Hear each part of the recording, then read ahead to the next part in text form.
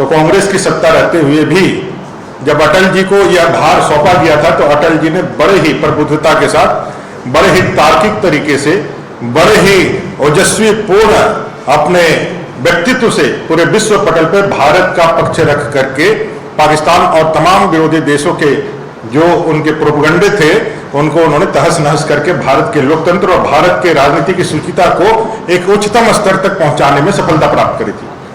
जो अटल जी ना सिर्फ अपने विचारों के लिए इस भारतीय राजनीति में हमेशा समसामयिक रहेंगे, वहीं जब उनको पहली बार देश के अंदर गैर कांग्रेसी किसी भी दल के, गठबंधन दल का ही क्यों ना हो, 5 साल तक प्रधानमंत्री के रूप में शासन का जिनके पास अनुभव रहा है, ऐसे अटल जी का नेतृत्व में हमने कारगिल दिवस, विजय दिवस आज मना रहे हैं। इसी परिप्रेक्ष्य में झारखंड में जो घटना हुई है 2 दिन पहले झारखंड के कैबिनेट के द्वारा, वो पूरी तरह से निंदनीय है। पूरी तरह से राजनीतिक शुचिता और मान और मर्यादा को पूरी तरह से रख करके किया गया एक राजनीतिक छल पूर्वक, कपट पूर्वक किया हुआ कृत्य मात्र ही है। अगर प्रशासक के रूप में अटल जी को देखा जाए और झारखंड के प्रति उनका जो लगाव है उसको अगर देखा जाए तो आप सबको मालूम है कि झारखंड का आंदोलन तो आजादी के पहले से चल रहा था। हम झारखंड की संस्कृति, भाषा, आचार विचार, यहाँ के जो हमारे जीन में, जो हमारे संस्कृति में, जो हमारे रग रग में जो काबिज है, उसके लिए हम लोगों ने 1855 से हूल क्रांति हो, हमारे सिद्धू कान्हू फूलो झानो चांद भैरव तिलका मांझी जी हो, या फिर हमारे बिरसा मुंडा जी तक, आज़ादी के पहले हम लोगों ने हमेशा से इस राज्य के और इस भारतीय संस्कृति को हमेशा से अक्षुण्ण रखने के लिए अपना सर्वस्व निछावर करने का काम किया है। आज़ादी के पहले से अलग झारखंड का मांग चलता रहा है। जयपाल सिंह मुंडा जी से लेकर के कई एक नेताओं ने, शिबू सोरेन जी ने भी, गुरु जी ने भी उस आंदोलन को आगे बढ़ाया, लेकिन वो आंदोलन सिर्फ और सिर्फ आंदोलन तक ही सीमित था, वो लक्ष्य तक पहुंचने का काम नहीं किया था। और जब ये आंदोलन चल रहा था उस समय सत्ता किसकी थी? कांग्रेस की थी।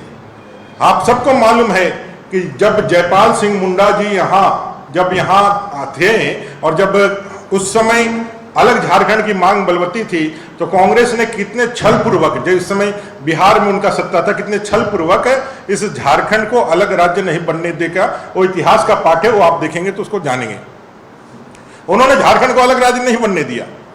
पूरा समय जब आंदोलन अपने तीव्रता पर था, कांग्रेस यहां सत्ता में थी, देश में भी थी, यहां पर भी थी, अलायंस के माध्यम से थी। आज जो भी इंडी गठबंधन के लोग हैं जो कांग्रेस के साथ खड़े हैं, वो अभी भी झारखंड में राज्य कर रहे हैं।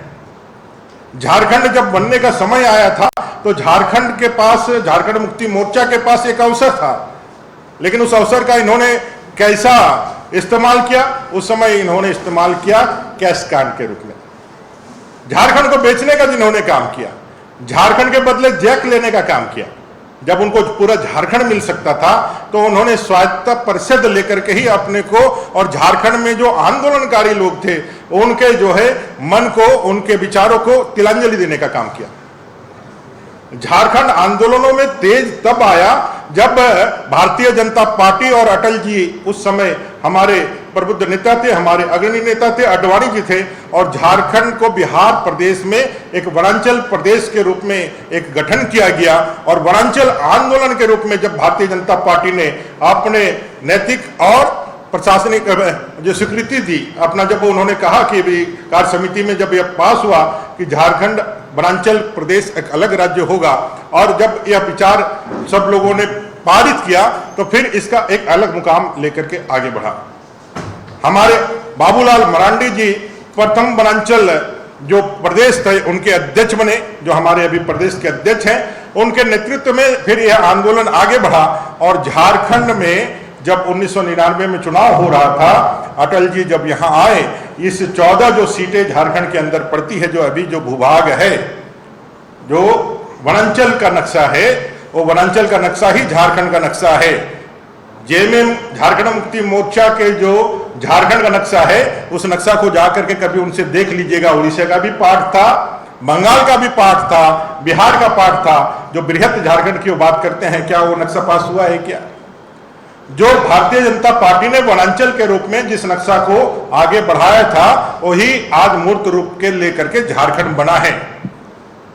उस 14 सीटों में अटल जी ने कहा कि अगर यदि यहां से हमें देश में सरकार बनाने का अवसर झारखंड प्रदेशवासी, वनांचल प्रदेशवासी अगर देते हैं सांसद के रूप में निर्वाचित करके, तो आने वाले समय में हम सत्ता में आएंगे तो अलग झारखंड प्रदेश बना करके देंगे। और जैसे ही उन्होंने प्रधानमंत्री के रूप में शपथ ग्रहण किया, 3 अपने वायदे के अनुसार नए राज्यों का सृजन किया, जिसमें उत्तराखंड, उसके बाद आपका छत्तीसगढ़ और तीसरा झारखंड। उत्तराखंड और छत्तीसगढ़ तो हो गया, तो उसी के साथ ये बिल भी पास हुआ था वनांचल के रूप में, लेकिन नाम दिया झारखंड का। अटल जी का बिहार हृदय दिखाता है। वो चाहते तो वनांचल, जो बिल पास हुआ था राज्यसभा और लोकसभा में, वो वनांचल नाम दे सकते थे, लेकिन झारखंड में जो जनभावना थी, जो मनोभाव था, उसका आदर करते हुए अटल जी ने इसका नाम झारखंड के रूप में प्रस्तावित किया। इतना ही नहीं, 3 महीने तक इंतजार करके 15 नवंबर की तिथि को चुना। 15 नवंबर की तिथि को क्यों चुना? क्योंकि 15 नवंबर को धरती आबा, जो इसको हम भगवान मानते हैं, जिनको हम भगवान मानते हैं, धरती आबा बिरसा मुंडा जी की जन्म जयंती के अवसर पर इस झारखंड प्रदेश को अलग राज्य के रूप में उन्होंने घोषित कराया। जिन्होंने आदिवासी कल्याण के लिए पहली बार अपने मंत्रालय में पहले जनजाति और अनुसूचित जाति दोनों मिलाकर के मंत्रालय चलता था कांग्रेस के राज्य में लगातार। 2000 में जब अटल जी की सरकार बनी थी, तब उन्होंने पहली बार जनजातीय मंत्रालय का गठन कराया अपने केंद्रीय मंत्रिमंडल में, और जनजातीय मंत्रालय के मंत्री बनाए, और पूरे देश के अंदर जो जनजातीय मामले थे उनके उन्नयन से लेके उनके संवर्धन के, उनके अंदर जो चैलेंजेस थे उसको किस तरह से ठीक ठाक आगे बढ़ाया जाए, इसके लिए उन्होंने आगे बढ़ाने का काम किया। ऐसे अटल जी को श्रद्धांजलि देने के लिए एक विराट व्यक्तित्व, एक दूरदृष्टा और झारखंड के जनक अटल जी को श्रद्धांजलि देने के लिए स्वास्थ्य सुविधा में अच्छा गति देते हुए अपने रघुवर दास जी की सरकार जब भारतीय जनता पार्टी की झारखंड में थी, तो अटल क्लिनिक की स्थापना की गई थी अर्बन एरियाज में, शहरी क्षेत्रों में। ये छोटी छोटी क्लिनिकें जो मोहल्लों में रहेंगी और मोहल्ले में रहने वाले घनी आबादी क्षेत्र में कहें, जो भी समाज के हो, जो भी जात के हो, उनके इलाज की व्यवस्था करेगी। आपने देखा होगा परसों के कैबिनेट में वर्तमान की राज्य सरकार ने उस अटल कैबिनेट का नाम बदल करके मदर टेरेसा क्लिनिक करने का फैसला किया है। मदर टेरेसा भी एक पूजनीय व्यक्तित्व है, एक अलंकारों से अलंकृत है। उन्होंने अपना पूरा जीवन लोगों की सेवा में लगाया है। भारतीय जनता पार्टी पूरी तरह से उनके सेवा को मानती भी है, उसके प्रति कृतज्ञता भी व्यक्त करती है। लेकिन मदर टेरेसा जी का कार्य क्षेत्र पश्चिम बंगाल में ज्यादा था। उनका जो मिशन ऑफ चैरिटी है उसका कार्य क्षेत्र दूसरे जगहों पर है।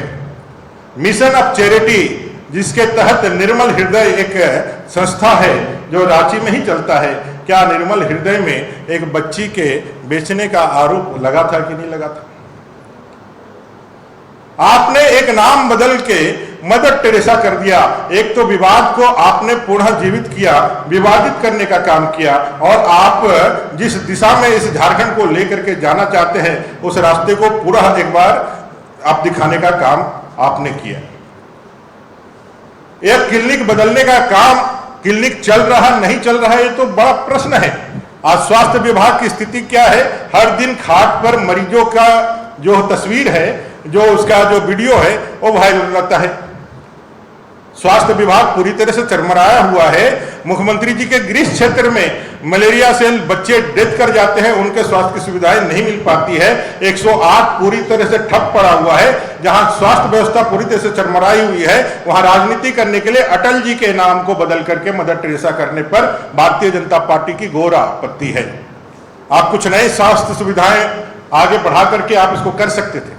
और हमें भय है कि अटल जी के नाम को बदल के मदर टेरेसा के नाम पे जो किया जा रहा है, इस क्लिनिक का उपयोग आगे चल करके उन्होंने शहरी क्षेत्रों में, उस स्लम एरियाज में जहां दलित आदिवासी रहते हैं, शहरी क्षेत्र में धर्मांतरण को आगे बढ़ाने के लिए इसका उपयोग किया जाएगा।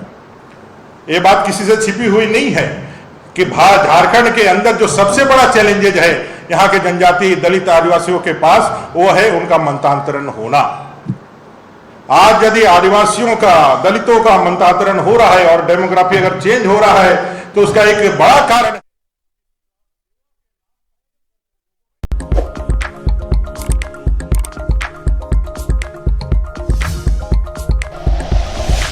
Like and share videos, subscribe करें हमारा चैनल और प्रेस करें बेल आइकॉन। न्यूज़ 11 भारत, सच है तो दिखेगा।